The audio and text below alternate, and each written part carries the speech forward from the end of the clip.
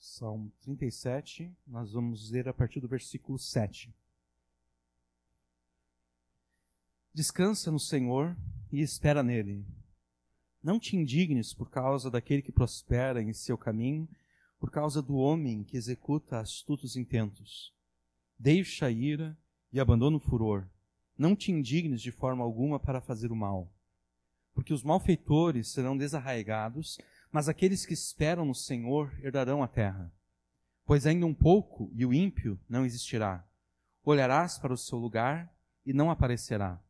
Mas os mansos herdarão a terra e se deleitarão na abundância de paz. Amém. Até aqui a palavra de Deus. Preservar os recursos naturais é a palavra de ordem.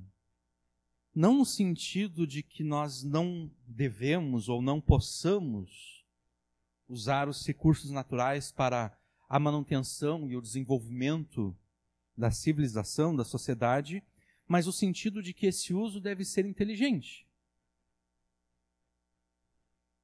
Por exemplo, a água. Nós devemos usar a água de forma inteligente. Qualquer outro recurso natural que nós temos à disposição, nós devemos usar de forma inteligente, porque se nós não usarmos com inteligência esses recursos, logo, logo, nós vamos esgotar esses recursos. E o que vai ser de nós, então? Imagine o que vai acontecer se a gente esgotar a água.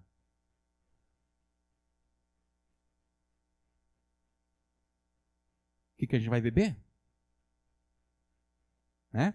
Se a gente esgota os recursos naturais, a civilização simplesmente é destruída. Então, preservar os recursos naturais é a palavra de ordem. Preservar é também a palavra de ordem de Jesus. Preservar é a palavra de ordem de Jesus Cristo. Porque Jesus, pelo Evangelho, está preservando para si e para o Pai um povo, a humanidade redimida. Cristo está preservando a humanidade redimida porque a humanidade ímpia e impenitente será por ele destruída na morte eterna.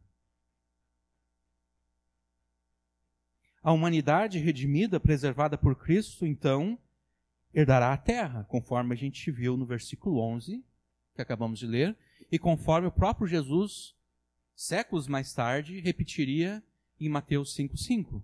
Bem-aventurados os mansos, bem-aventurados os humildes, pois eles herdarão a terra. Sendo que os humildes herdarão a terra, a obra de redenção efetuada por Jesus inclui a preservação de toda a criação, inclusive da humanidade redimida. Nós estamos tratando aqui da escatologia.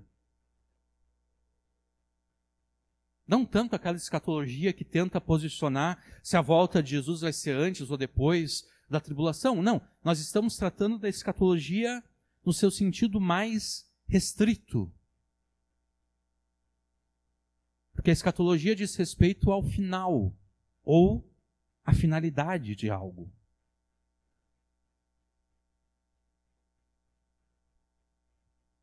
Nós estamos tratando aqui da escatologia e, na verdade, toda cosmovisão possui uma escatologia. A escatologia não é algo que pertence apenas à cosmovisão cristã. Toda cosmovisão possui uma escatologia, uma vez que a escatologia nada mais é do que uma filosofia da história. É isso que é escatologia. Escatologia é uma filosofia da história. A cosmovisão marxista, por exemplo, possui uma escatologia. Possui uma filosofia da história. Para a cosmovisão marxista, a história avança em função dos conflitos socioeconômicos, em função dos conflitos étnicos culturais. Segundo o marxismo, a história avança em função do conflito entre pobres e ricos. E agora também entre o conflito entre negros e brancos. Conflito entre mulheres e homens. Dá para entender, então, por que a gente vê bastante essa fomentação do conflito entre mulheres e homens, né? O feminismo tentando destruir o patriarcado que existe por aí. Que supostamente existe por aí. Essa é a escatologia do marxismo. Essa é a filosofia de história do marxismo. A história avança em função dos conflitos socioeconômicos e étnico-culturais. Já para a cosmovisão cristã, a história avança em função do propósito que Deus, o Pai, estabeleceu de, em Cristo, restaurar e redimir toda a criação. A história avança em função disso, para a cosmovisão cristã. Para a cosmovisão cristã, a história avança em função do propósito de Deus. O propósito que Deus, o Pai, estabeleceu de, em Cristo, restaurar e redimir toda a criação. Para a cosmovisão cristã, Cristo é o fator determinante e necessário para o avanço da história. É Jesus que faz a história avançar.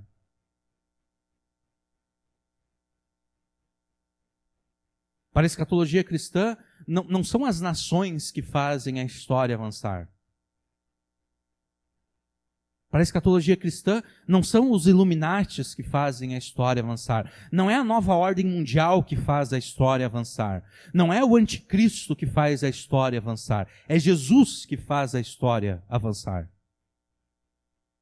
Não é o mal que faz a história avançar. É Jesus que põe a história em movimento.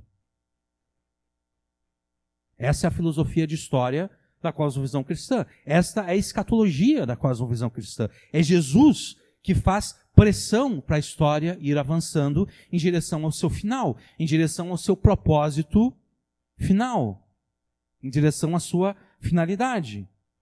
A história chegará ao seu escatom, ao seu propósito final e consumação, quando todas as coisas nos céus e na terra tiverem sido por Cristo reconciliadas com o Pai. Isso aparece, por exemplo, em Efésios. Paulo diz que é o propósito de Deus fazer todas as coisas convergirem em Cristo. Uma vez que Cristo é um novo Adão, é o último Adão. Aparece também em Colossenses. Em Colossenses, a linguagem de Paulo é como uma realidade já consumada. Cristo já reconciliou todas as coisas com o Pai. No sentido de que a obra efetuada por Jesus, de fato, será cumprida. Aquilo que Jesus fez há quase 2000 anos atrás, de fato, chegará ao seu propósito. Mas como escreveu o escritor de Hebreus, ainda que Cristo agora esteja coroado de glória e de honra, e que todas as coisas já estejam debaixo dos seus pés, nós ainda não vemos todas as coisas debaixo dos seus pés. No sentido de que ainda há resistência contra Jesus. Os incrédulos resistem a Jesus. Os ímpios resistem a Jesus. Então, Jesus já foi exaltado com poder e autoridade sobre toda a criação, mas ainda nós não vemos como efetivamente ele reinando sobre toda a criação, muito embora ele já esteja reinando. Né? Porque o Salmo 110:1 cumpriu-se quando Jesus subiu aos céus. Disse o Senhor ao meu Senhor, escreveu Davi, assenta-te à minha direita, até que eu ponha todos os teus inimigos por escabelo dos teus pés. Essa é a forma de Davi se referir às palavras de Jesus quando Jesus disse, toda autoridade me foi dada nos céus e na terra. Então, Cristo é o fator determinante e necessário para o avanço da história. E Jesus é também a solução para todos os conflitos socioeconômicos, para todos os conflitos étnicos, culturais que existem no mundo.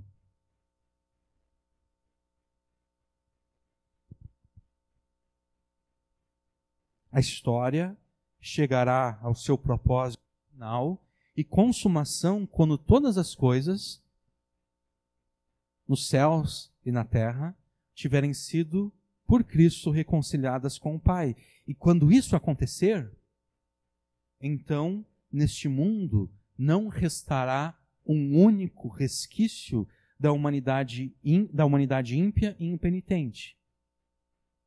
Quando todas as coisas estiverem reconciliadas com o Pai, então não haverá nenhum resquício neste mundo da humanidade ímpia e impenitente, nem mesmo das suas obras. Neste mundo restará apenas a humanidade redimida e as obras justas praticadas pela humanidade redimida. Porque os humildes, os mansos, herdarão a terra. Enquanto preserva a humanidade redimida e as suas obras justas, Cristo usa a ambas. Cristo usa a humanidade redimida e as suas obras justas para restaurar e redimir toda a criação, conduzindo assim a história em direção ao seu propósito final, em direção à sua consumação. A qual destas humanidades você pertence? Você pertence à humanidade redimida, que será preservada por Cristo para herdar a terra, ou você pertence à humanidade ímpia e impenitente, que será destruída por Cristo na morte eterna? A qual dessas duas humanidades você pertence? Você é daqueles que serão preservados, ou você é daqueles que serão destruídos? Imagino que você queira pertencer à humanidade redimida. O que significa que você deve se portar como tal. Se você quer pertencer à humanidade redimida, você tem que se portar como pertencendo de fato à humanidade redimida. Você deve cooperar com Cristo na restauração e na redenção da criação. E você fará isso através da oração, da pregação do Evangelho e da obediência à Escritura. O Salmo 37 retrata uma crise semelhante à crise que nós vivemos. Os ímpios, os maus, prosperam por meio dos seus pecados. E é isso que nós estamos vendo. Ao nosso redor, nós vemos os ímpios, nós vemos os maus cometendo pecados, sendo rebeldes contra Jesus, desobedecendo a palavra de Deus, e ainda assim eles prosperam. E aqueles que obedecem a Jesus se dão mal. Essa é a realidade retratada pelo Salmo 37. E essa é a realidade que nós estamos vivendo. Essa é a crise que nós estamos vivendo.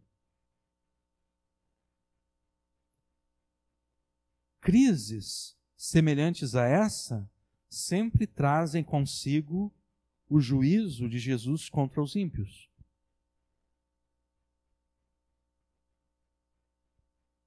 Quando os ímpios começam a prosperar nos seus caminhos, é sinal de que o juízo de Jesus se aproxima.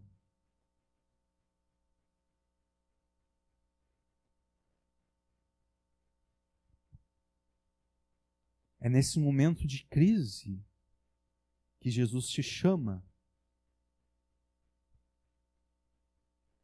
É nesse momento de crise que Jesus te chama para que você o obedeça, ainda que a tua obediência a Ele te cause transtornos.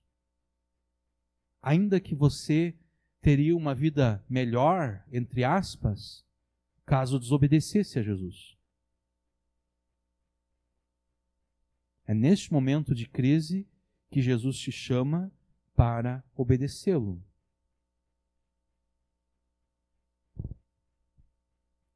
Os teus sofrimentos e lutas são mais do que questões pessoais. Nós temos uma mentalidade muito individualista. Nós pensamos que as nossas lutas, que os nossos sofrimentos são apenas nossos. Mas, de fato, as nossas lutas, os nossos sofrimentos, as circunstâncias difíceis que nós enfrentamos, elas fazem parte desse conflito maior entre a humanidade ímpia e a humanidade redimida.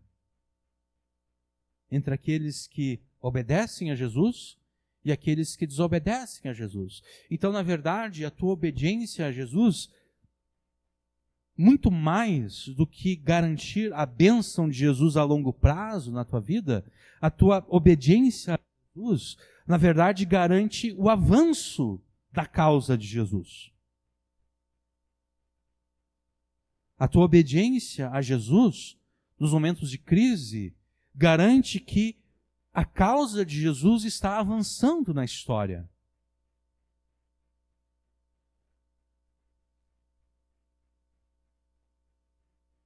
Logo, como escreve Davi, não tenha inveja nem ciúmes os ímpios. Não te ire nem te indigne a ponto de fazer o mal. E como nós vimos algumas pregações atrás, tampouco tenha medo a ponto de fugir deste mundo, a ponto de fugir da realidade da crise na qual nós vivemos. Em meio aos teus sofrimentos e lutas, coopere com Cristo na restauração e redenção da criação. Através da oração, pregação do Evangelho e obediência à Escritura. Cristo preservará para herdar a terra apenas a humanidade redimida.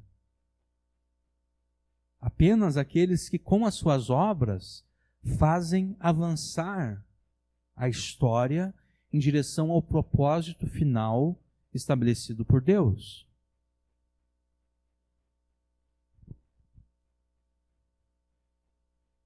Às vezes a gente tem uma ideia errada acerca de como a eternidade será.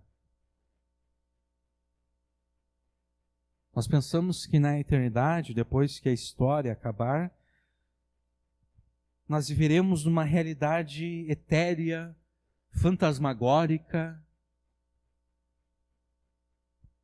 com asinhas, quase como se nós fôssemos anjos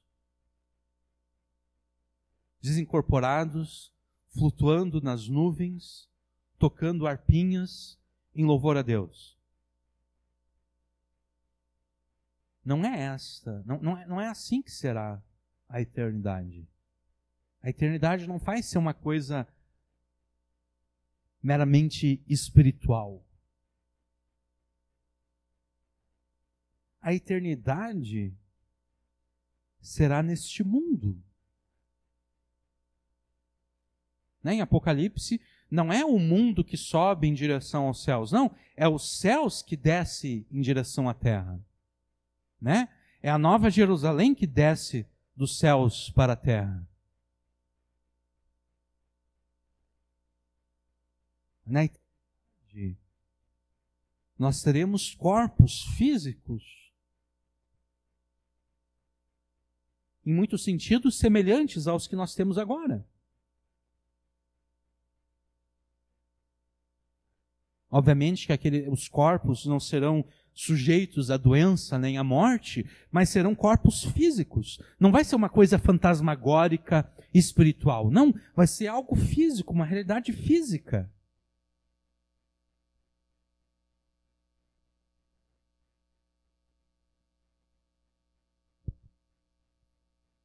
E as obras que nós fazemos agora, como justos, como humanidade redimida, essas obras permanecerão.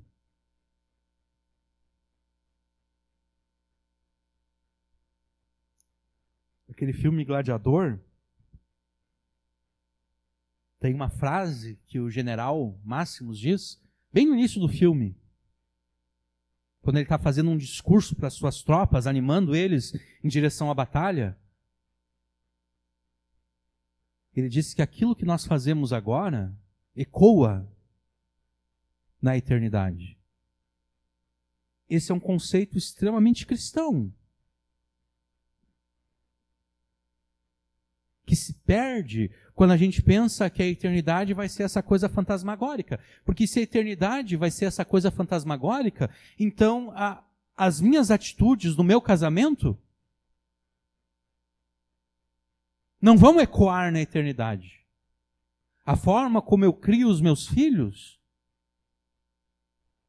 não tem implicação na eternidade. A forma como eu me comporto no meu trabalho não tem nenhuma implicação para a eternidade. Porque a eternidade vai ser essa coisa fantasmagórica lá no céu, a gente com um monte de harpinha tocando harpa em louvor a Deus.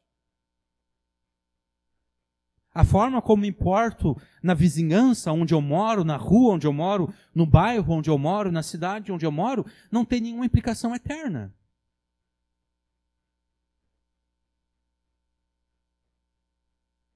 Então, para que me incomodar com essas coisas, né?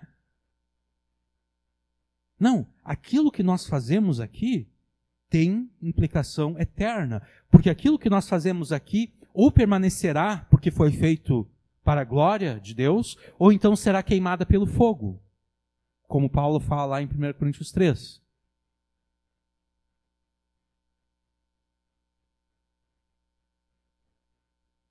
Nós devemos lutar para que as nossas obras permaneçam,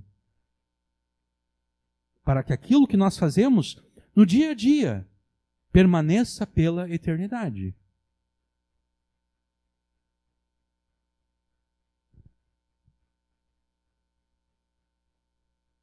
As obras justas que agora nós fazemos estarão presentes e serão preservadas na eternidade, porque João afirma, eu sempre achei impressionante essa passagem, Apocalipse 21, versículos 24 e 26. Vocês não precisam abrir lá, em casa vocês podem ler.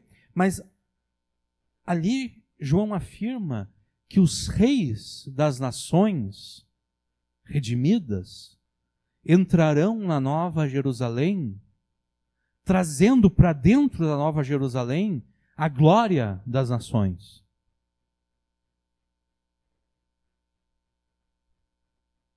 Eu sempre achei impressionante isso. A Nova Jerusalém será enriquecida por aquilo que as nações redimidas fizeram em honra a Jesus. Por aquilo que as nações redimidas fizeram para a glória de Jesus. Aquilo que é feito para a honra e para a glória de Jesus não é perdido. Permanecerá eternamente enriquecendo a Nova Jerusalém.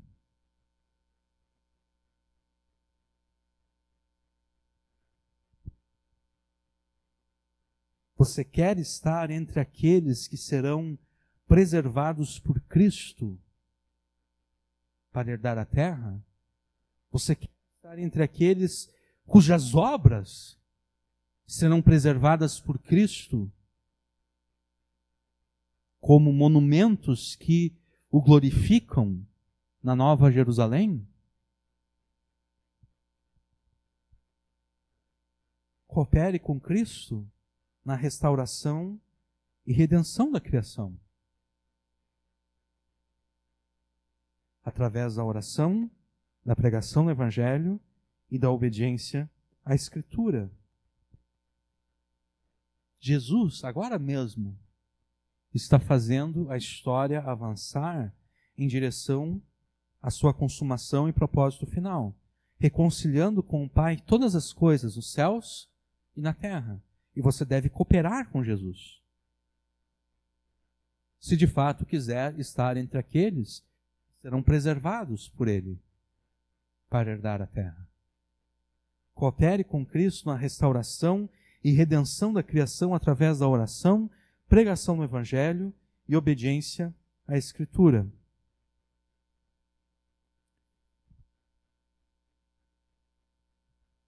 O versículo 7 começa com 2 mandamentos positivos, né? Descansa no Senhor e espera nele. Descanse no Senhor e coloque a tua esperança nele. Só que para nós entendermos de fato a profundidade desses mandamentos positivos, nós vamos primeiro considerar os mandamentos negativos, tá? Dos versículos 7 e 8. Nós vamos começar ali a partir do ponto e vírgula, né? Descansa no Senhor e espera nele, ponto e vírgula. Não te indignes por causa daquele que prospera em seu caminho, por causa do homem que executa astutos intentos. Em muitos sentidos, o versículo 7, pelo menos a partir da metade ali do versículo 7, ele está repetindo o versículo 1. Né? Observe a semelhança. Versículo 7, não te indignes por causa daquele que prospera em seu caminho, por causa do homem que executa astutos intentos. O versículo 1, não te indignes por causa dos malfeitores, nem tenhas inveja dos que praticam a iniquidade. Então, como esses versos são bem semelhantes, nós vamos analisar novamente o versículo 1, que nós fizemos algumas semanas atrás, essa análise, tá? Porque o versículo 1 é um pouquinho mais completo naquilo que ele afirma. Então, nós vamos voltar no versículo 1, tá? A palavra hará, traduzida aqui como inveja, ou melhor, desculpe, traduzida aqui como indignação, né? Não te indignes por causa dos malfeitores. Essa palavra hará, ela carrega os sentidos de indignação, de ira. A pessoa fica indignada, a pessoa fica irada quando ela vê os malfeitores prosperando, tá? E a palavra Canaã tem os sentidos de inveja e ciúme. Quando você faz tudo certo, obedecendo a Jesus, você obedece a Jesus em tudo, e dá tudo errado. Quem aqui já teve essa experiência? De obedecer a Jesus e não deu certo. Aquilo que a gente queria que acontecesse, não aconteceu. E daí a gente olha para o lado e vê aquele que não obedeceu a Jesus. E para ele deu certo.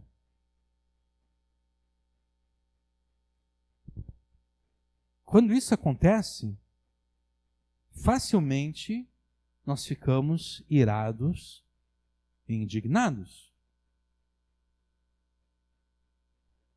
Porque a gente pensa, pô, então, qual é a validade disso então? Qual é a validade de obedecer a Jesus, se quando eu obedeço a Jesus, tudo dá errado? Os outros lá não estão nem aí para Jesus, eles desobedecem a palavra de Deus e para eles dá tudo certo.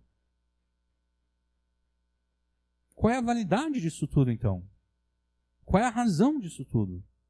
Nós ficamos indignados, nós ficamos irados. E nesse caso, a nossa ira e indignação não são santas, não é uma ira santa, não é uma indignação santa no sentido que nós estamos pensando, poxa vida, olha só, o nome de Jesus não está sendo glorificado por aquela pessoa. Aquela pessoa não está honrando a Jesus. Aquela pessoa, na verdade, está envergonhando a Jesus com as suas ações. Não é por isso que a gente fica irado e indignado. A gente fica irado e indignado porque as pessoas fizeram errado e deu certo para elas, enquanto nós fizemos o certo e deu tudo errado para nós.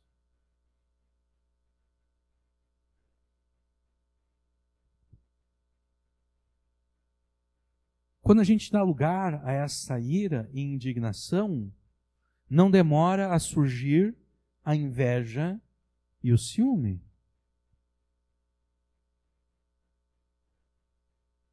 A gente pensa, pô, seria legal se fosse eu no lugar daquele ímpio ali. De repente eu também devo pecar contra Deus para prosperar, como aquele ímpio pecou contra Deus e está prosperando. Você começa a criar fantasias na sua mente, imaginando como seria bom ser como aqueles malfeitores, como seria bom estar no lugar deles.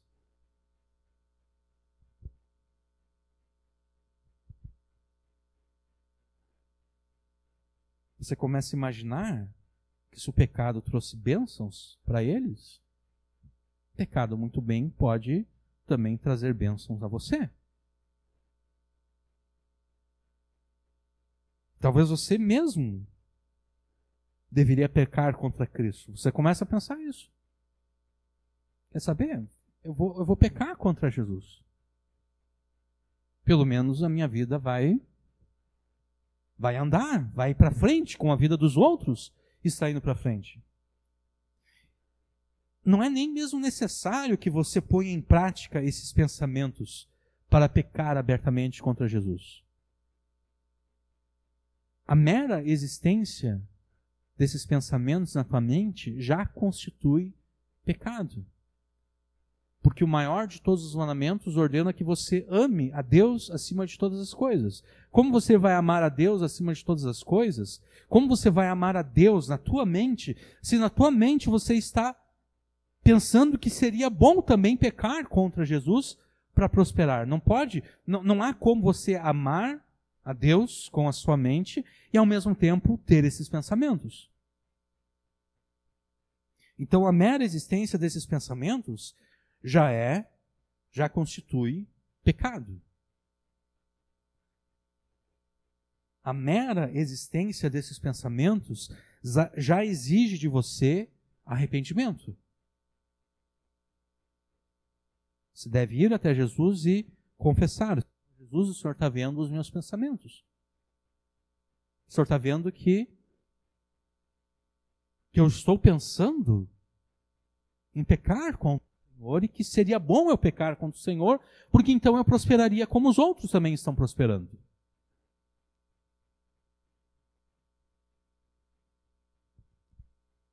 Se você não se arrepender desses pensamentos, logo, logo, eles se tornarão realidade. Porque é impossível você manter esses pensamentos por muito tempo sem que você, de fato, haja de acordo com esses pensamentos.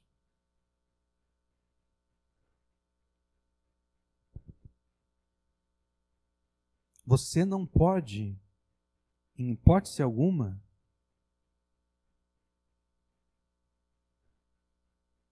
ter ira, indignação, nem inveja, nem ciúmes daqueles que cometem iniquidade, daqueles que pecam contra Deus, daqueles que fazem o mal, daqueles que são malfeitores, como diz aqui o versículo 1, né? Não te indignes por causa dos malfeitores, nem tenhas inveja dos que praticam a iniquidade. Quem são esses malfeitores? Quem são esses que cometem iniquidade? Os malfeitores são aqueles que fazem o mal, né? Por isso o nome, malfeitor, aquele que faz o mal. E obviamente o mal aqui é o mal proibido pela lei de Deus. A lei de Deus diz: não prestarás falso testemunho, e você mente. A mentira é o mal proibido pela lei de Deus. O roubo é o mal proibido pela lei de Deus. O adultério é o mal proibido pela lei de Deus. Os que cometem iniquidade são aqueles que vivem sem a lei de Deus. O malfeitor, ele faz o mal exatamente porque ele comete iniquidade. O iníquo é um malfeitor exatamente porque ele faz o mal proibido pela lei de Deus. A palavra avlá, traduzida aqui como iniquidade, ela tem um sentido de injustiça. Ela tem um sentido da não obediência à lei de Deus, da não obediência aos mandamentos de Deus. Já a Septuaginta traduz o hebraico avlá pelo grego anomia. A, no grego, sentido de negação, e nomia vem do grego nomos, que significa lei. Anomia significa sem lei.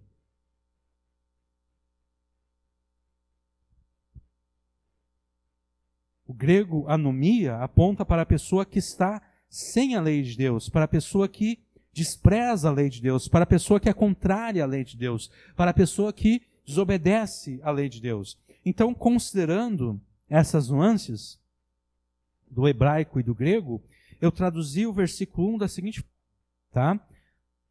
Primeiro aqui a partir do hebraico, né? Não fiques irado nem indignado por causa daqueles que fazem o mal, não tenhas inveja nem ciúmes daqueles que cometem a injustiça. Essa é a tradução a partir do hebraico, e agora a partir da Septuaginta grega. Não te ires por causa dos que fazem o mal, nem inveje aqueles que desobedecem à lei. Quando você cultiva a ira, a indignação, a inveja, os ciúmes daqueles que prosperam ao desobedecerem à lei de Deus e se dão bem por desobedecerem à lei de Deus, você se prepara para cometer um pecado maior ainda. Já é um pecado você cultivar isso na sua mente? E se você cultiva, você vai cometer um pecado maior ainda. Da mesma forma que já é um pecado para um homem olhar para uma mulher com pensamento impuro, já é um pecado. Se ele cultiva esse pensamento, ele está se preparando para cometer um pecado maior ainda, que é o pecado de dar consequência prática ao pensamento. Né? Imagine um homem casado. Ele olha para uma mulher que não é a sua esposa e ele cobiça aquela mulher no seu coração. Ele já pecou. Mas esse pecado, obviamente, é muito menor do que o pecado do adultério físico, realmente, consumado. Só o pensamento já é pecado. Mas se a pessoa não resolve esse pensamento, se a pessoa continua, mantém esse pensamento e alimenta esse pensamento, a pessoa está se preparando para cometer o pecado maior. Da mesma forma que já é um pecado você cultivar a ira, a indignação, a inveja e os ciúmes daqueles que prosperam ao desobedecerem à lei de Deus. Já é um pecado você cultivar isso no seu coração. Se você não trata essa ira, indignação, essa inveja, esses ciúmes, se você não se arrepende disso, você está se preparando para cometer o pecado maior, que é dar consequência a esses pensamentos, a esses sentimentos, que é de fato pecar contra Jesus, da mesma forma que os ímpios pecam contra Jesus. Ou seja, se você cultiva esses pensamentos e sentimentos, invariavelmente você realmente se tornará semelhante aos ímpios, que pecam porque querem prosperar por meio do seu pecado.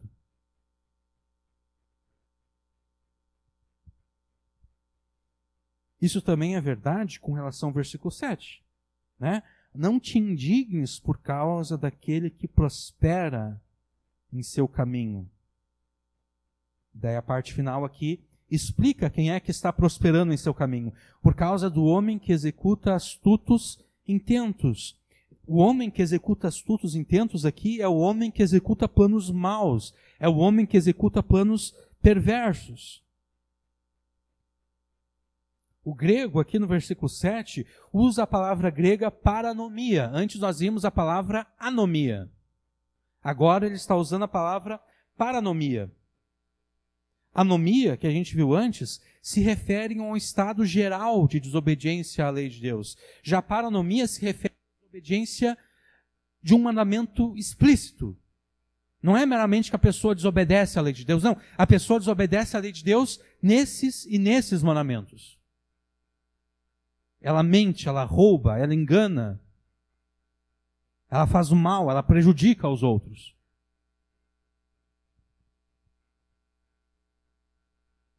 A minha tradução, então, a partir da segunda metade do versículo 7, é a seguinte: não fiques irado nem indignado por causa daquele que prospera no seu caminho, por causa do homem que executa planos maus e perversos.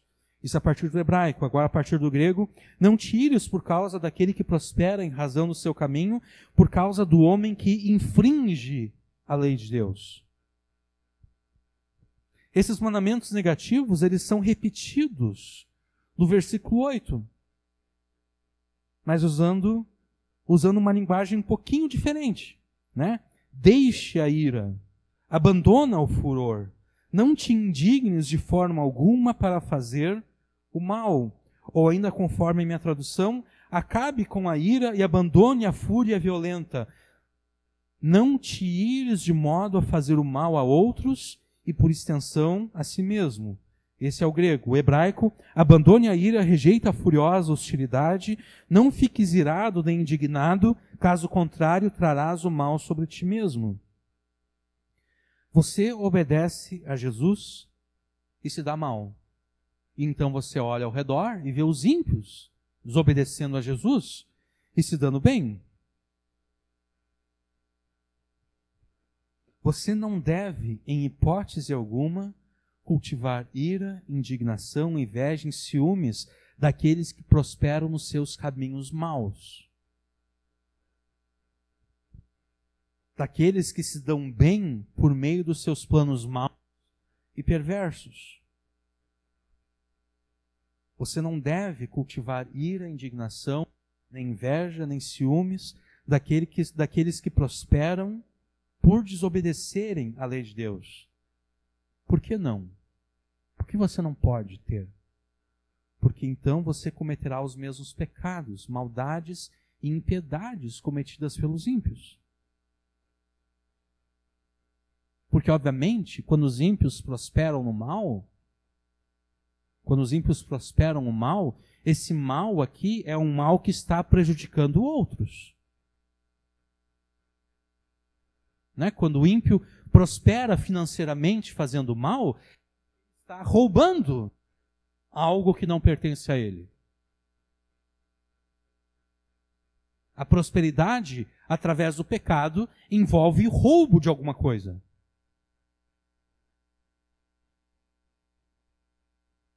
Como esses dias, foi essa semana até, em casa, a gente estava vendo um documentário na Netflix que falava acerca de uma família lá nos Estados Unidos, na Carolina do Sul, se eu não me engano, que era uma família respeitada na sociedade, uma família de uma dinastia de advogados, só que eles cometiam crimes, inclusive o assassinato. E um deles, a esposa, tudo indica que depois ele acabou matando a própria esposa e o filho, né? Mas antes disso, tudo indica a esposa matou uma das empregadas deles. E eles inventaram a história de que, na verdade, a esposa provavelmente empurrou a mulher escada abaixo, a mulher bateu a cabeça, acabou morrendo. Eles inventaram que, na verdade, a mulher tropeçou em alguns cachorros e daí caiu, né, na escada e morreu. Aquele homem, ele tinha um seguro na sua propriedade contra qualquer tipo de sinistro. Então, se ocorresse uma morte na propriedade, ele receberia dinheiro do seguro. E, de fato, ele recolheu o dinheiro do seguro, que deveria de ir, então, para a família da mulher que morreu, só que ele não fez isso. Ele recolheu o dinheiro do seguro para si mesmo. Mais ou menos 4 milhões de dólares o valor. Quer dizer, aquele homem já era rico e ele estava prosperando ainda mais por meio do pecado. Nesse caso específico, por meio do roubo. Aquele dinheiro deveria ir para os filhos daquela senhora que morreu, que na verdade foi assassinada. Ali já começa a injustiça, né? A mulher não morreu por um acidente, na verdade ela foi assassinada. O dinheiro deveria ir para os filhos dela, que agora ficaram sem uma mãe. Mas o cara que já era rico agora embolsou mais 4 milhões de dólares, roubando o dinheiro que não pertencia a ele.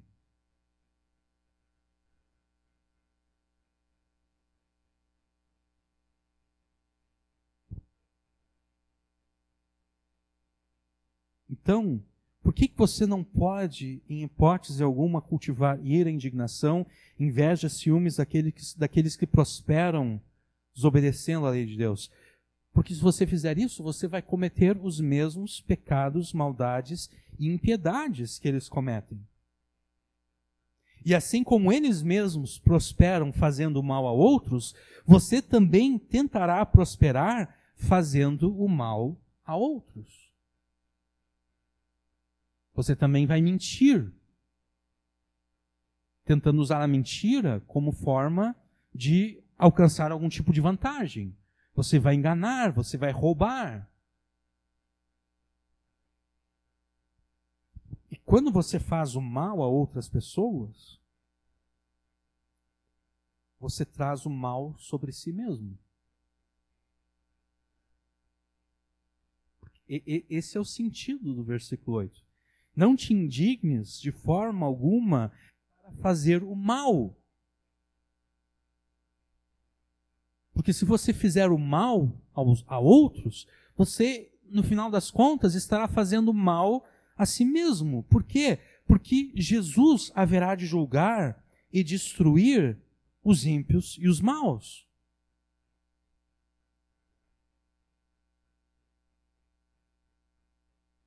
Na introdução dessa mensagem, nós afirmamos que a crise retratada aqui no Salmo 37 sempre é sucedida pelo juízo de Jesus. Esse juízo pelo qual ele destrói os ímpios e os maus. E nós afirmamos isso com base no versículo 2, né? Cedo serão ceifados como a erva e murcharão como a verdura.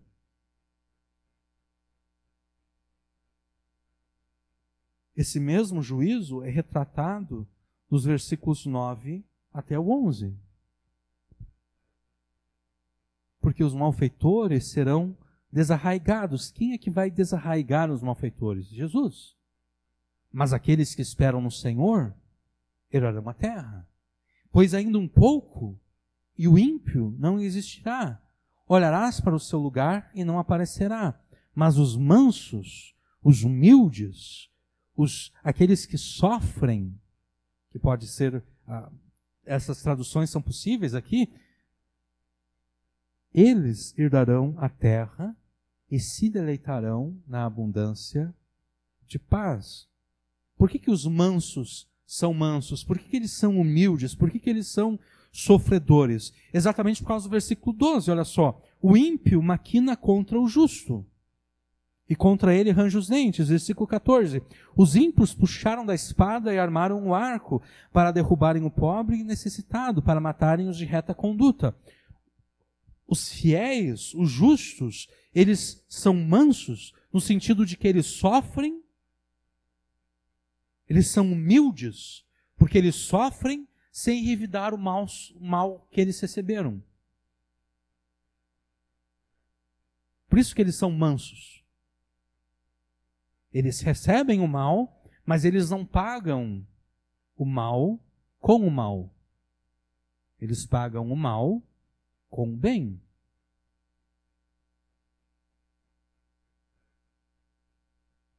E quando eles oram a Deus, eles oram orações imprecatórias. Porque o Salmo 37 está no contexto de imprecação, né? A imprecação pede que Deus puna os ímpios, que Deus destrua os ímpios. E é isso que o Salmo 37 fala. Logo os ímpios serão ceifados. Logo tu vai olhar para o lugar onde os ímpios estavam e você não vai mais ver os ímpios. Por quê? Porque Jesus os destruiu. Só os mansos restarão. E é por isso que só os mansos herdarão a terra.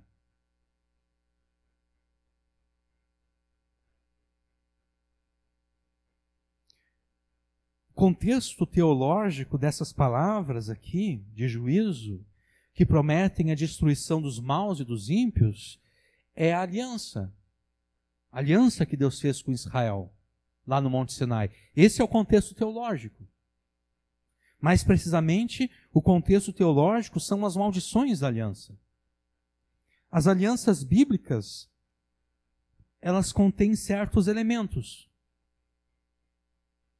alguns dos quais são os termos da aliança, as bênçãos da aliança e as maldições da aliança. Os termos da aliança são os mandamentos de Deus. É a lei de Deus. É aquilo que deve ser obedecido. Esses são os termos da aliança. Se o povo fosse fiel aos termos da aliança, obedecendo aos mandamentos e à lei de Deus, Deus os abençoaria com as bênçãos da aliança. Você pode encontrar as bênçãos da aliança em Deuteronômio 28. Os primeiros 14 versículos, as bênçãos da aliança. Ali são resumidas as bênçãos da aliança. Mas se o povo fosse infiel aos termos da aliança, se o povo desobedecesse a lei de Deus, se o povo desobedecesse os mandamentos de Deus, Deus os amaldiçoaria com as maldições da aliança. As maldições também se encontram em Deuteronômio 28, a partir do versículo 15 até o final. Você vai perceber que existe uma grande disparidade entre as bênçãos e as maldições. As bênçãos são só 14 versículos, as maldições, se eu não me engano, acho que vai até o versículo 70, alguma coisa assim. O número de maldições é bem maior.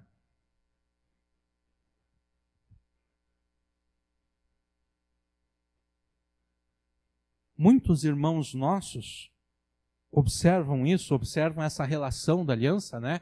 Se tu obedece, tu é abençoado com as bênçãos da aliança. Se você desobedece, você é amaldiçoado com as maldições da aliança. Muitos irmãos nossos olham, observam isso e concluem erroneamente que a salvação nos dias da antiga aliança era pelas obras. A gente pensa, a salvação é pelas obras da antiga aliança.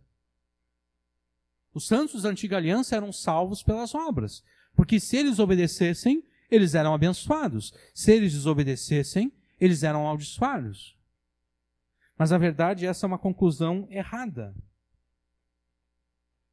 Em qualquer momento da história humana, a partir da queda, depois que Adão e Eva pecaram contra Deus, a salvação sempre foi pela graça.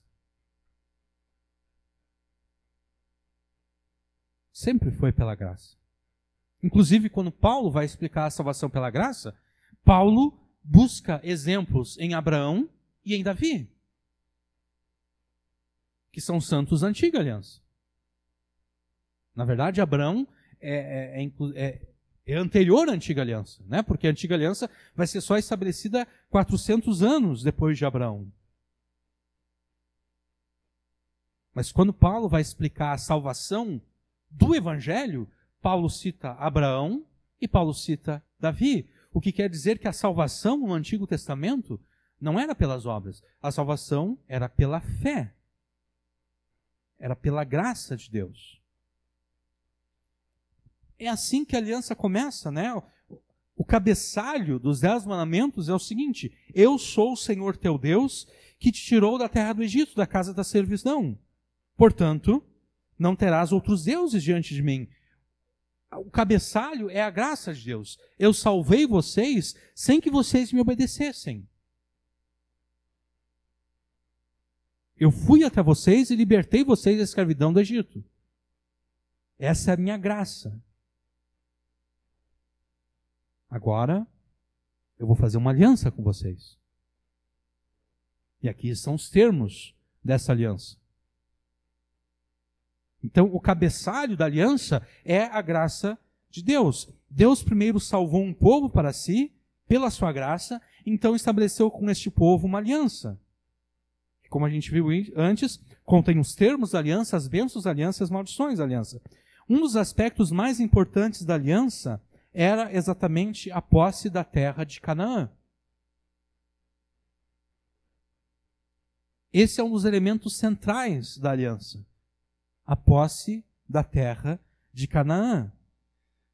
Apenas aqueles que fossem fiéis aos termos da aliança teriam posse da terra. Aos que quebrassem a aliança pela desobediência aos mandamentos, não seria permitido que eles continuassem na terra de Canaã, na terra prometida. essa não permissão para não continuar habitando na terra prometida, ela seria alcançada tanto pela morte prematura. Se você ler lá as maldições da aliança, aquele que quebra a aliança, aquele que quebra os mandamentos de Deus, Deus diz que essa pessoa morrerá cedo. Então a não permissão para continuar morando na terra da promessa envolve a morte prematura e envolve também o exílio. Uma nação estrangeira vindo, invadindo a terra de Canaã e levando o povo desobediente para o exílio, retirando o povo da terra prometida.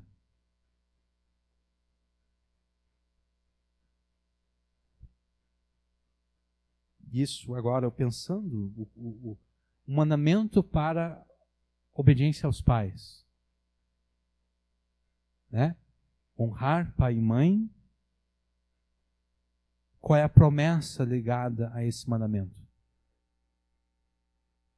Para que tenhas uma vida longa sobre a terra. A pessoa que honra pai e mãe, a pessoa que honra a Deus, honrando os seus pais, essa pessoa seria abençoada com uma vida longa na terra de Canaã, na terra prometida. Por implicação, aquele que não honrasse aos seus pais teria uma vida curta. Quando então Davi, no Salmo 37, afirma que os ímpios serão destruídos, né? Serão desarraigados, que os ímpios não mais existirão e que os justos herdarão a terra, aqueles que obedecem a Deus herdarão a terra, Davi está se referindo às maldições da aliança, como também às bênçãos da aliança. Aqueles que desobedecem a Deus, sobre eles recairá a maldição da aliança. Eles serão desarraigados por Jesus. Eles não habitarão a terra. Já aqueles que são fiéis, esses herdarão a terra. Davi está pensando em termos da aliança. E Davi está pensando na terra de Canaã, que era a terra que Deus prometeu ao seu povo.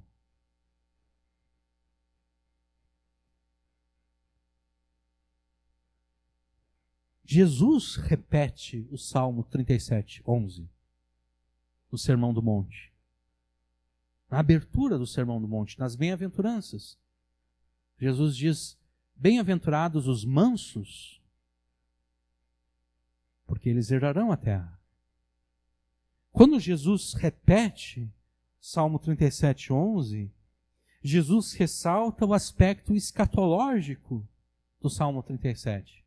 Jesus diz, olha, o Salmo 37 não é restrito à comunidade de Israel, não está restrito àquele povo que Deus libertou do Egito e trouxe à terra de Canaã. Quando Jesus repete o Salmo 37, 11, Jesus está dizendo, olha, esse salmo ele tem uma realidade escatológica. Esse salmo não se refere apenas àquela faixa de terra estreita lá no Oriente Médio. Esse salmo se refere a todo o mundo. A toda a terra. Quem é que vai herdar o mundo? Quem é que vai herdar a criação de Deus?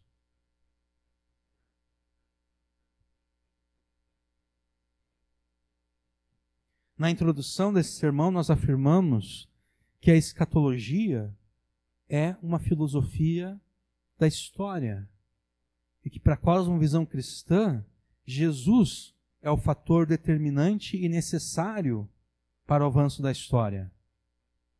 Jesus é o fator determinante necessário para o avanço da história, exatamente porque a obra de redenção efetuada por Jesus envolve a restauração e a reconciliação de todas as coisas nos céus e na terra, com Deus o Pai.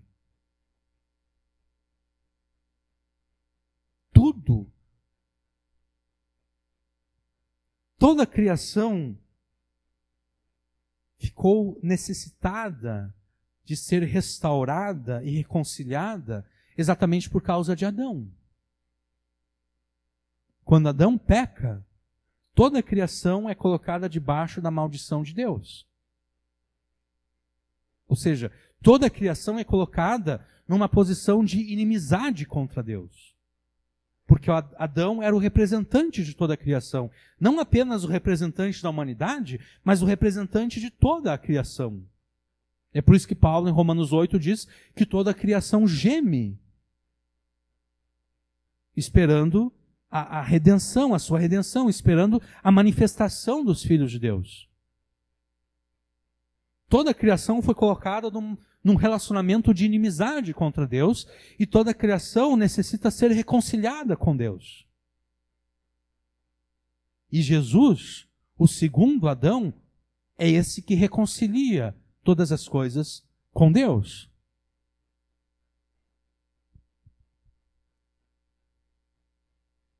Quando nós lemos o Salmo 37, a partir da perspectiva de santos da nova aliança, que é o que de fato nós somos, nós devemos entender que a terra a ser herdada aqui, no versículo 11, embora originalmente Davi esteja se referindo à terra de Canaã, mas para nós essa terra aqui é o mundo inteiro. É a criação inteira, na verdade. É todo o cosmos, é todo o universo. Quem é que vai herdar o universo? Quem que vai herdar não apenas o planeta Terra, mas o sistema solar, a Via Láctea, que é a galáxia na qual nós moramos? Quem é que vai herdar todo o universo?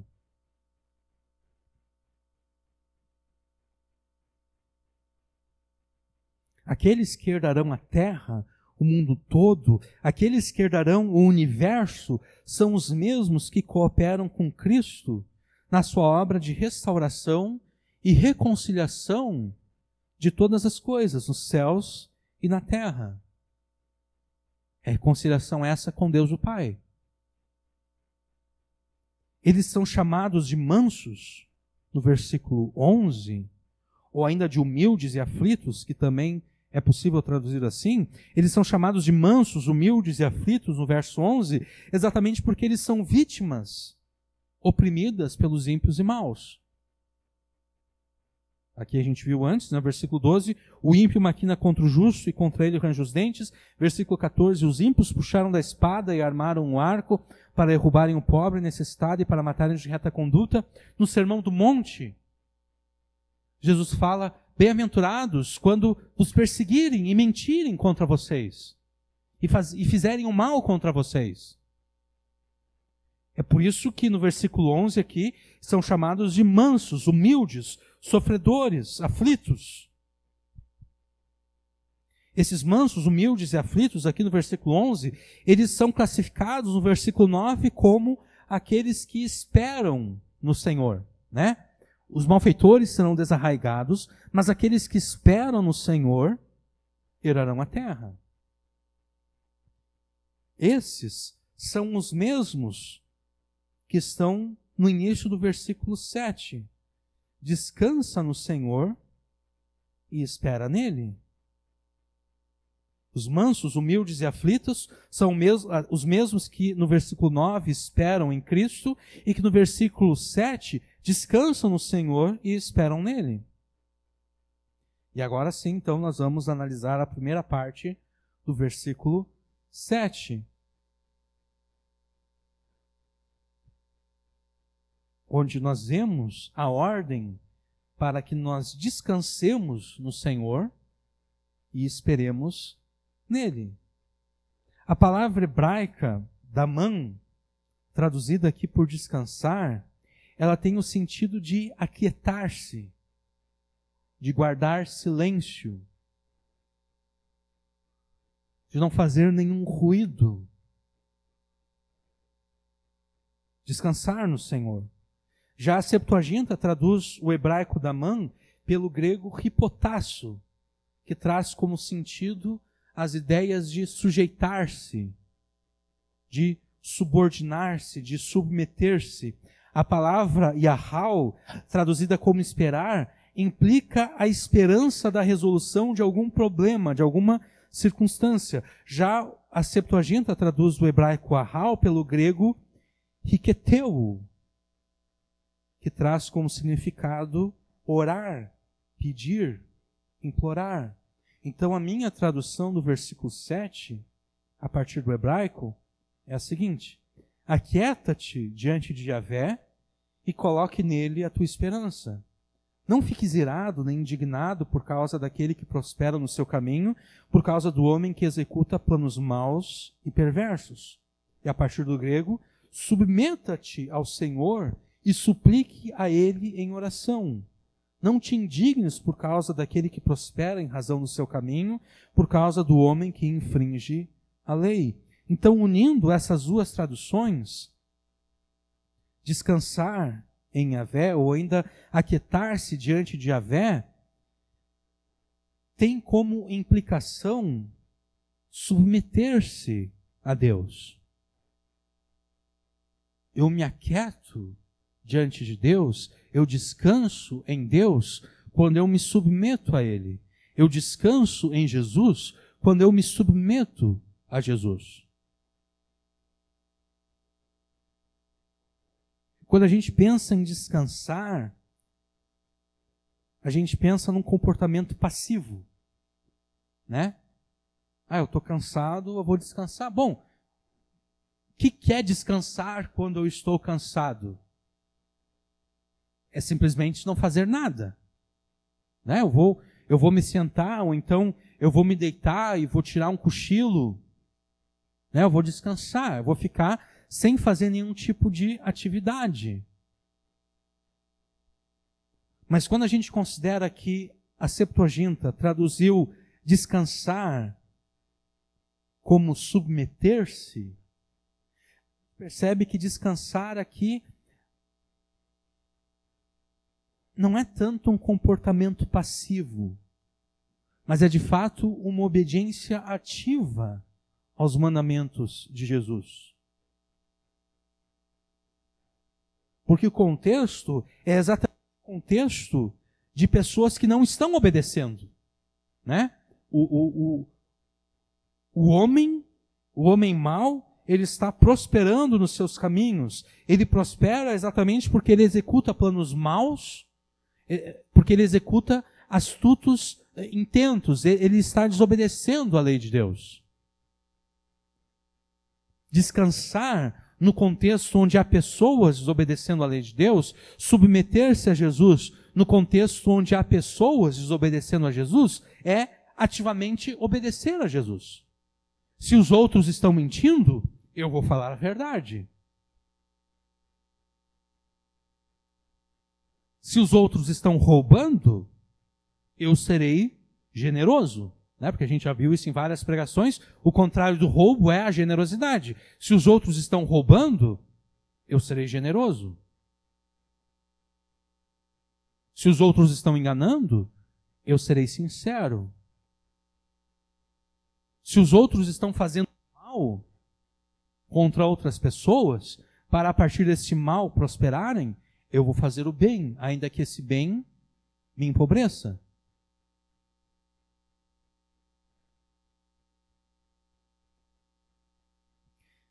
Então, descansar, submeter-se, não é um comportamento passivo, mas é uma obediência ativa aos mandamentos de Deus. A essa obediência é acrescentada a oração, uma vez que esperar nele, ou ainda colocar a esperança nele, é traduzida pelo grego como suplicar a ele em oração. Então, é a obediência somada à oração. Não é apenas orar, não é apenas obedecer. É obedecer e orar, é orar e obedecer. Como você demonstra que Jesus é a tua esperança? Como você demonstra que Jesus tem a solução para os problemas que você enfrenta? Obedecendo a Ele e orando a Ele. Em vez de cultivar a ira, a indignação, a inveja e os ciúmes daqueles que prosperam seus caminhos maus, você deve obedecer à Escritura. Em vez de cultivar ira, indignação, inveja e ciúmes daqueles que se dão bem por meio dos seus planos maus e perversos, você deve orar a Deus continuamente, suplicando a Ele.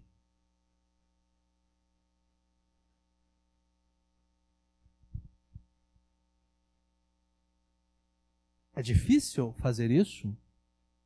Num certo sentido, é difícil, por causa do nosso pecado. É difícil calar essa ira e essa indignação.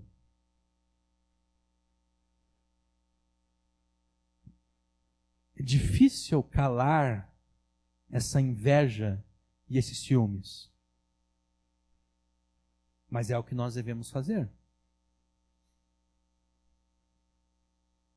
É difícil aceitar a prosperidade dos maus enquanto você, que é fiel a Cristo, sofre. Enquanto você, que é fiel a Cristo, se dá mal. É difícil, mas você deve se lembrar do seguinte: a prosperidade dos maus é passageira. Até pode parecer longa para nós, porque para nós tudo é longo. Né? Quantos anos nós vivemos neste mundo? 70, 80, 90, 100 anos. Para quem vive 100 anos, 20 anos é bastante. Né? 20 anos é um quinto.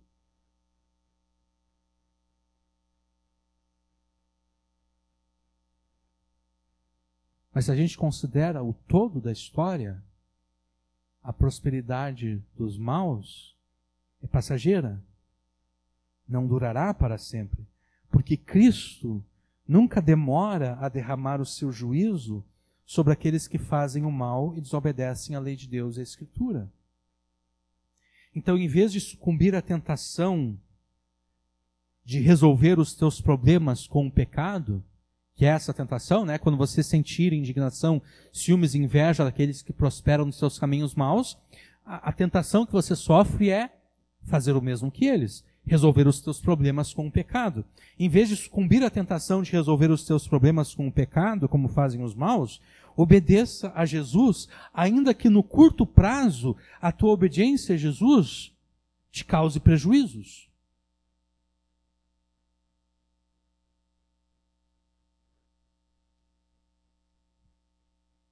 Porque, de fato, para Jesus, não existem problemas sem solução. O problema é que muitas vezes nós não gostamos das soluções de Jesus para os problemas, mas daí esse problema é nosso, para o qual Jesus também tem uma solução que ele chama de arrependimento.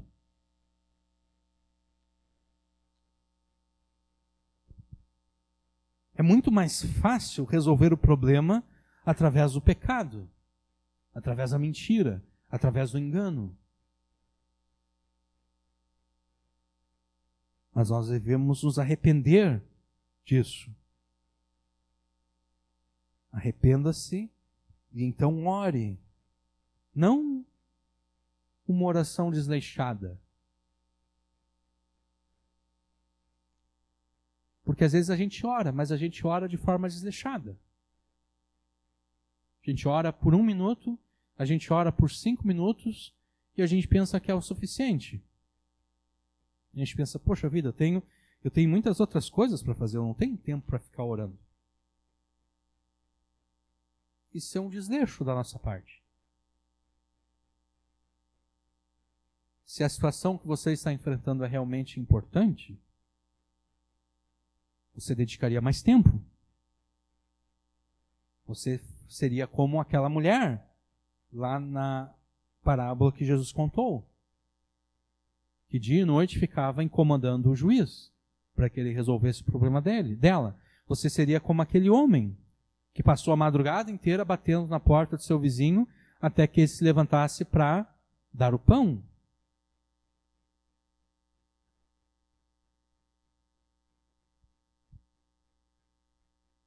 Arrependa-se e ore, não uma oração desleixada de 1 ou 5 minutos, mas uma oração contínua, que pode durar um dia inteiro, ou que pode durar meses inteiros e anos inteiros.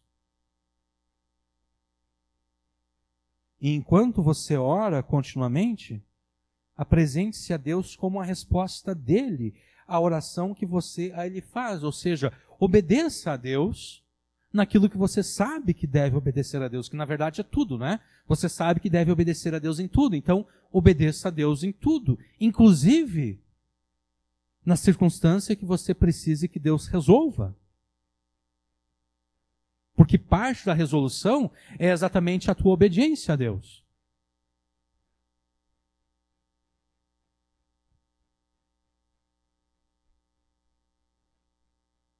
E talvez você pense, não, isso é muito trabalhoso. E de fato é trabalhoso. Mas qual é a alternativa então? Se é muito trabalhoso e não vale a pena ter todo esse trabalho, qual é a alternativa? A alternativa é se juntar aos ímpios, né? A alternativa é fazer como eles fazem. E aí você já não faz mais parte da humanidade redimida.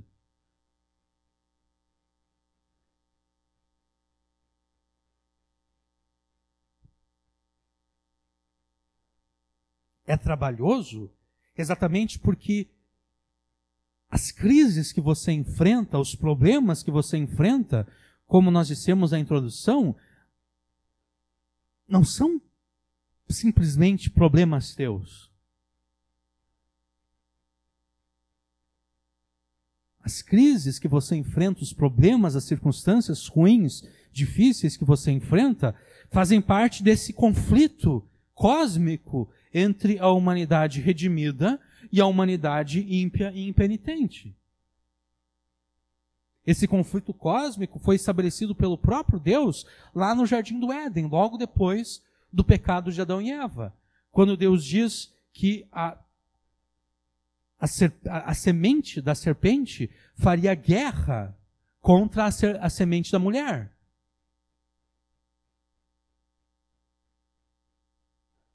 E vice-versa.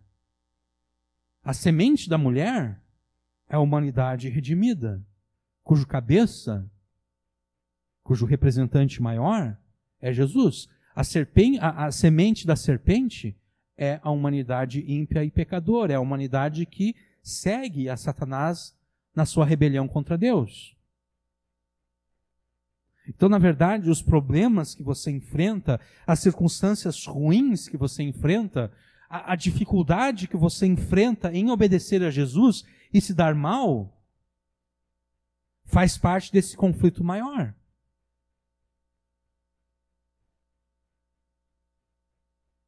Então, quando você obedece a Jesus nesse contexto, quando você ora a Jesus nesse contexto,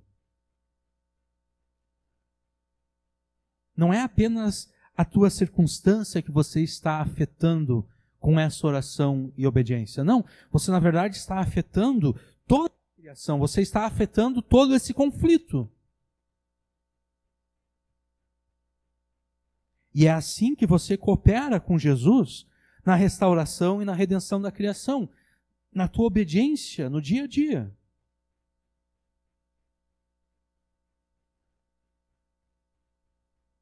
Todas as vezes que você obedece a Jesus no teu casamento, você está cooperando com Cristo na restauração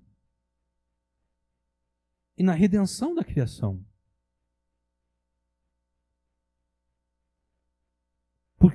O que é que está sendo atacado nos nossos dias? Não é exatamente a família, né? Não é exatamente a perversão da família. Agora querem dizer que a família pode ser composta de 2 homens, um casado com outro, 2 mulheres, um casada com outro, vivendo junto com um cachorro e um gato e alguma criança que foi gerada de alguma forma desconhecida. Como é que você luta pela família? É obedecendo a Jesus no teu casamento.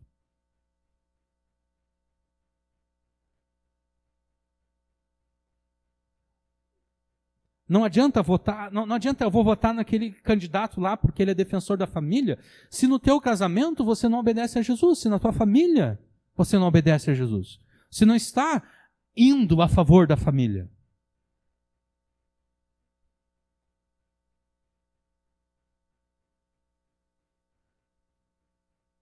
Você quer defender a família? A ideia de família bíblica? Seja fiel no teu casamento. Seja fiel na tua família. Mostre para as pessoas ao teu redor como é que deve ser um casamento, como é que deve ser uma família.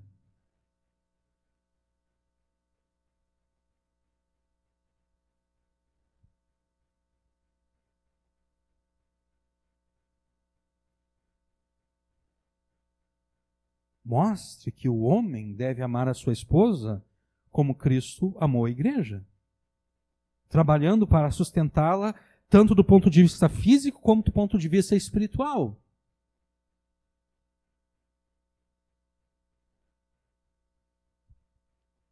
Quando os homens crentes fazem isso, eles estão cooperando com Cristo na restauração e redenção da criação. Por quê? Em primeiro lugar, porque aquele relacionamento lá está sendo vivido em obediência a Jesus. Em segundo lugar, aquele relacionamento ali serve como exemplo para os outros em redor. E em terceiro lugar, os frutos daquele casamento, que são os filhos, aprenderão a obedecer a Deus com os seus pais.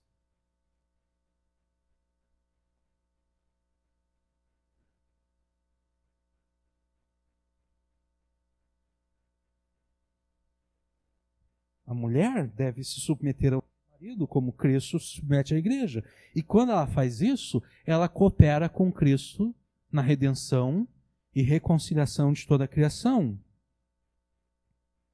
Quando os pais amam os seus filhos e ensinam os seus filhos na doutrina e administração do Senhor, eles estão cooperando com Cristo na restauração e redenção da criação.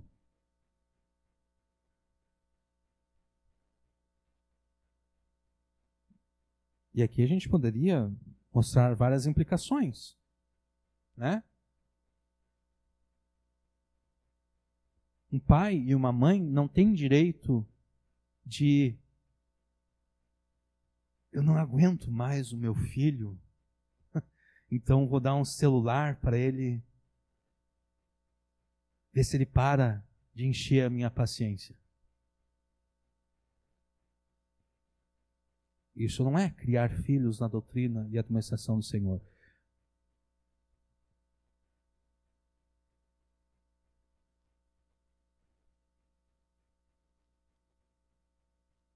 Os pais que fazem isso estão traindo a Jesus.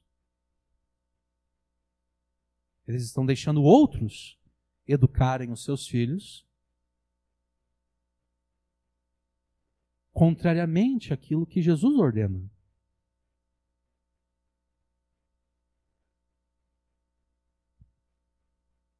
Quando os filhos honram os seus pais e se submetem a eles como ao Senhor, eles estão cooperando com Cristo na restauração e na redenção da criação.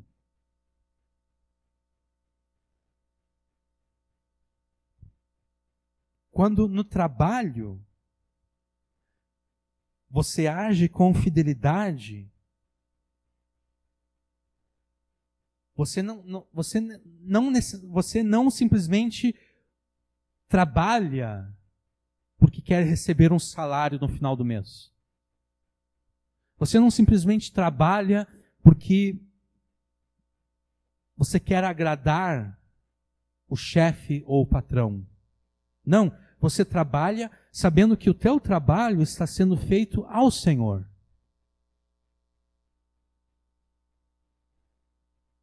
Então daí já não importa se o chefe, o patrão, é um baita de um imbecil, de um mala, de um cara que não... Entendeu? Não importa. Não importa se o teu chefe, o teu patrão, ou até mesmo os teus colegas de trabalho não são dignos do teu esforço. Jesus é digno do teu esforço. Jesus é digno do teu melhor trabalho. É isso que Paulo fala aos servos, aos escravos, né? Eles deveriam de obedecer aos seus senhores, sabendo que eles estão, na verdade, servindo ao Senhor, a Jesus.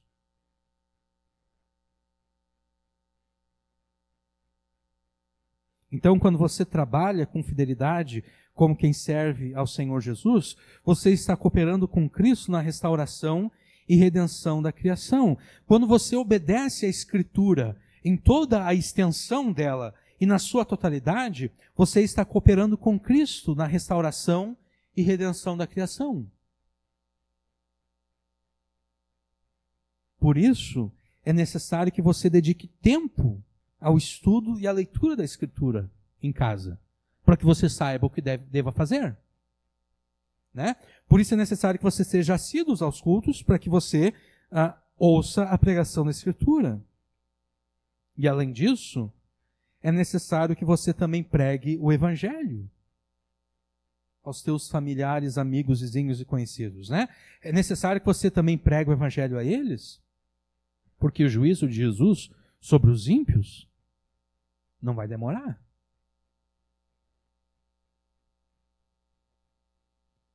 E você não quer que os teus familiares, amigos, vizinhos e conhecidos sejam destruídos por Jesus.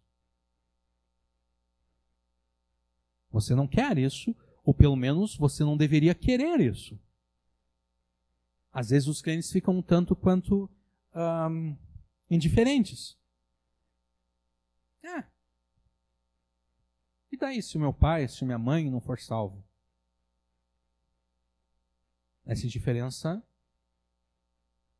demonstra incredulidade, né? Porque no final das contas eu estou pensando que não vai ser aquilo que a Escritura diz.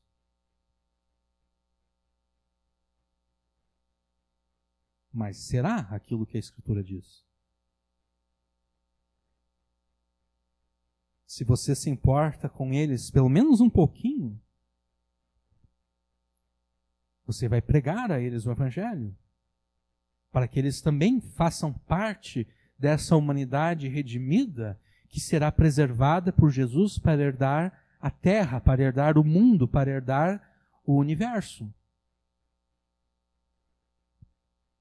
E se ainda assim, se você não se importar com eles nem um pouquinho, então isso na verdade significa que você não está entre aqueles que Cristo preservará.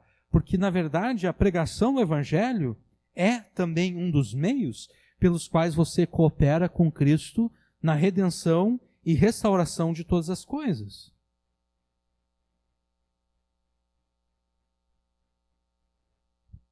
Você quer estar entre aqueles que serão preservados por Cristo para herdar a terra? Se você quer estar, então você deve se portar como alguém que pertence à humanidade redimida. Você deve cooperar com Jesus na sua obra de redenção e restauração da criação. Porque é isso que Jesus está fazendo agora. Agora mesmo, Jesus está fazendo a história avançar. E você ou está ajudando Jesus, ou você está atrapalhando Jesus. Ou você com Jesus ajunta, ou você contra Jesus espalha. Não há meio termo. Não há uma posição neutra. Não, eu nem atrapalho, eu nem ajudo, mas também não atrapalho. Não, a não ajuda é um atrapalho. O não ajudar é atrapalhar. Ou você está cooperando com Cristo, ou você se coloca contra Cristo. Cada vez que você peca, você está se colocando contra Cristo. E se você não se arrepende desse pecado, você está se colocando contra Cristo. E se você não se importa em obedecer a Jesus no casamento, você está se colocando contra Cristo. E se você se coloca contra Cristo, conforme a gente viu na pregação da semana passada, Cristo se coloca contra você.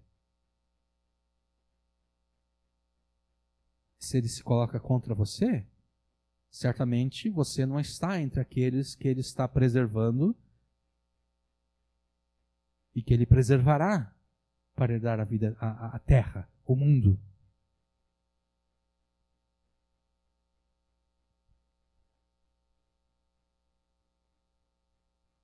Coopere com Cristo na restauração e redenção da criação, através da oração,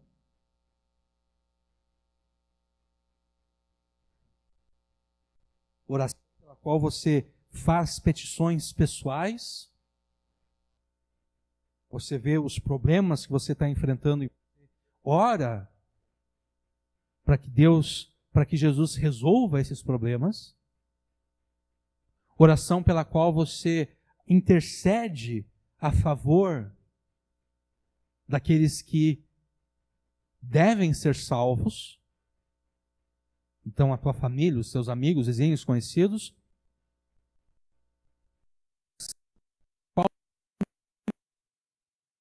Petições imprecatórias contra aqueles que ativamente estão presos a Deus.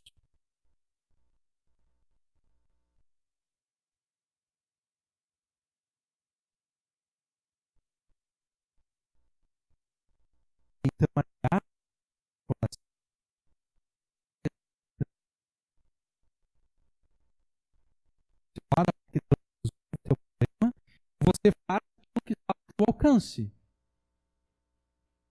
O exemplo que eu já dei várias vezes aqui, problema no casamento. Eu sou marido, né?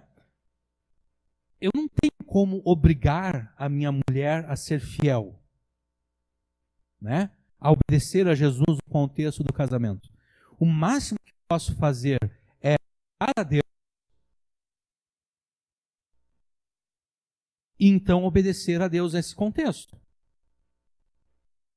Ser um marido melhor.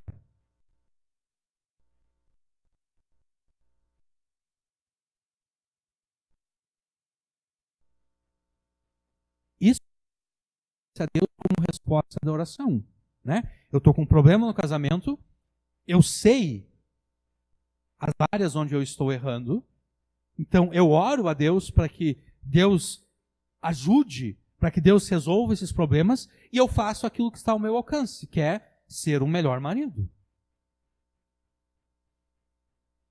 Na esperança de que Deus é poderoso o suficiente e bondoso o bastante para levar a minha mulher a fazer o mesmo. Agora, se eu não confio que Deus fará isso, por que eu me tornaria um marido melhor? Né? Se eu não confio que Deus tem esse poder de restaurar relacionamentos, por que eu me tornaria um marido melhor? A prova de fé, a prova de que eu tenho esperança na bondade e no poder de Deus é a minha obediência. Eu oro, eu obedeço. Coopere com Cristo na restauração e redenção da criação através da oração, pregação do Evangelho e obediência à Escritura. Quando Jesus ordena que os seus discípulos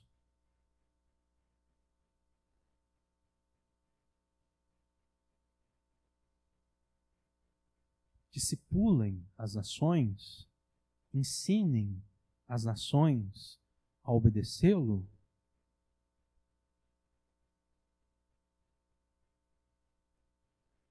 Aquilo que está por trás do mandamento é o versículo 11 do Salmo 37. Assim como Israel deveria conquistar a terra de Canaã pela derrota dos inimigos, dos povos que estavam naquela terra, assim a igreja também deve agir. E obviamente nós não agimos, nós não lutamos com armas carnais. A nossa luta é espiritual. A nossa luta é a oração, a nossa luta é a obediência, a nossa luta é a pregação do Evangelho. Aqueles que vão herdar a terra, aqueles que vão herdar o mundo, são aqueles que discipulam as nações, conquistam as nações, ensinam as nações a obedecer. Porque Apocalipse mostra as nações